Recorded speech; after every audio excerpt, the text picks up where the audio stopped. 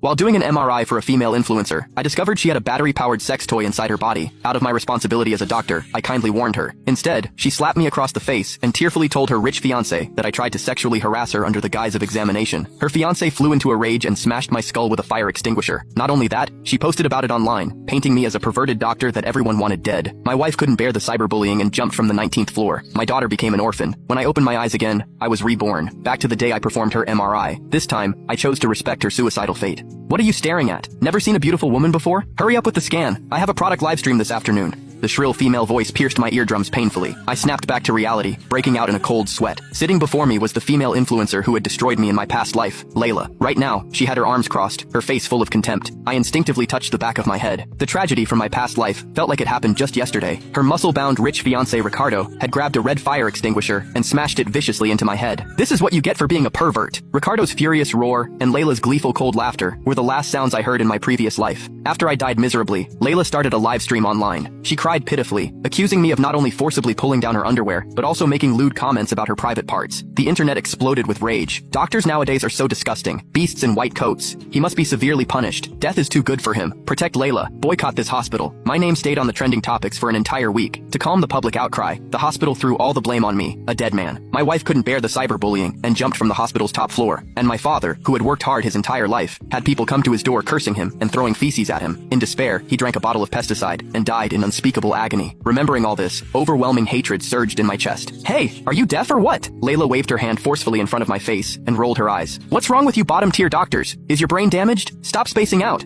I took a deep breath and forced down my emotions. Sorry, Ms. Layla, right? You're here for a pelvic MRI. I picked up the metal detector and began scanning her. The moment I scanned her pelvic area, beep, beep, beep, the detector blared its alarm, red lights flashing wildly. Layla's expression flickered, but she quickly forced herself to look calm. Why is it beeping? This machine must be broken. I stared at her coldly.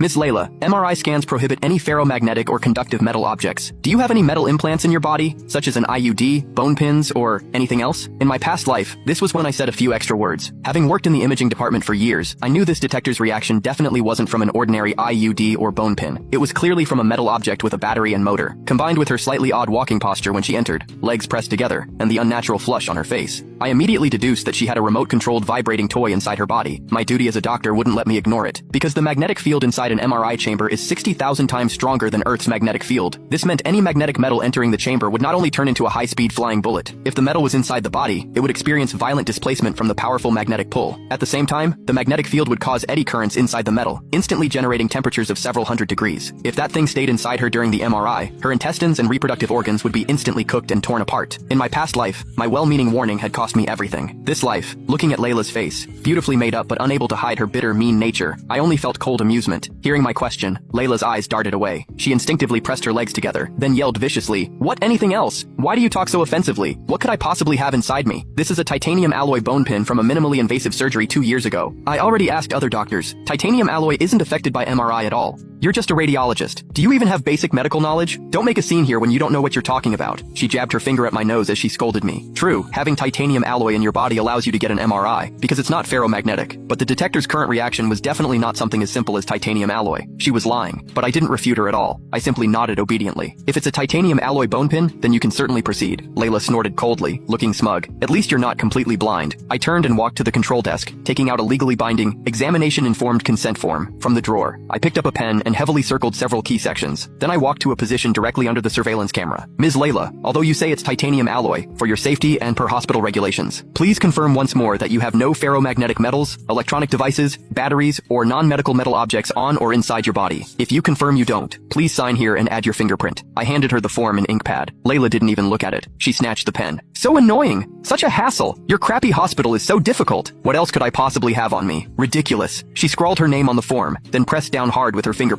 She slapped the form on my desk. Done! Hurry up and scan me. My husband keeps calling me. I picked up the signed consent form and carefully verified it, black and white, with a red fingerprint. This was her death warrant, and also my shield. All right, Ms. Layla, please follow me and lie down on the examination table. I opened the heavy shielded door and made a please gesture. Layla twisted her snake-like waist and strode into the room that would soon become her hell. She lay on the examination table, still acting like she owned the place. Hurry up. This bed is hard as a rock and freezing cold. Make sure you get good images. If there's a misdiagnosis, I won't let your hospital off easy. I put on sterile gloves and helped position her body correctly. Don't worry, Ms. Layla. We'll make sure everything is crystal clear. I exited the scanning room. As the heavy door closed, the inside and outside became two separate worlds. I returned to the control console, watching Layla on the monitor. She was staring boredly at the ceiling, her legs trembling slightly and unnaturally. The thing inside her body was probably making her somewhat uncomfortable. Now I could probably guess why she deliberately provoked Ricardo in my past life to have him kill me. Because influencers like her, who built their careers on risque content, often had sugar daddies behind the scenes. That Ricardo was just one of many men she'd seduced. The toy inside her was most likely something her sugar daddy made her wear for thrills. Framing me to silence me was to prevent me from telling Ricardo. In my past life, she destroyed my entire life just to hide her affair. So this life, I'll give her all the thrills she wants. I skillfully entered her information on the computer and set the parameters. My finger hovered over the start button. I turned to look at my colleague behind me, intern Diego. Diego, you saw this patient sign the informed consent form, right? Diego, who'd been slacking off on his phone, stopped and nodded. Yeah, I saw it. She signed and fingerprinted it herself, but man, her attitude was really terrible. Surveillance, witness, handwritten signature and fingerprint. This time, flawless. I took a deep breath and pressed the keyboard. Beep!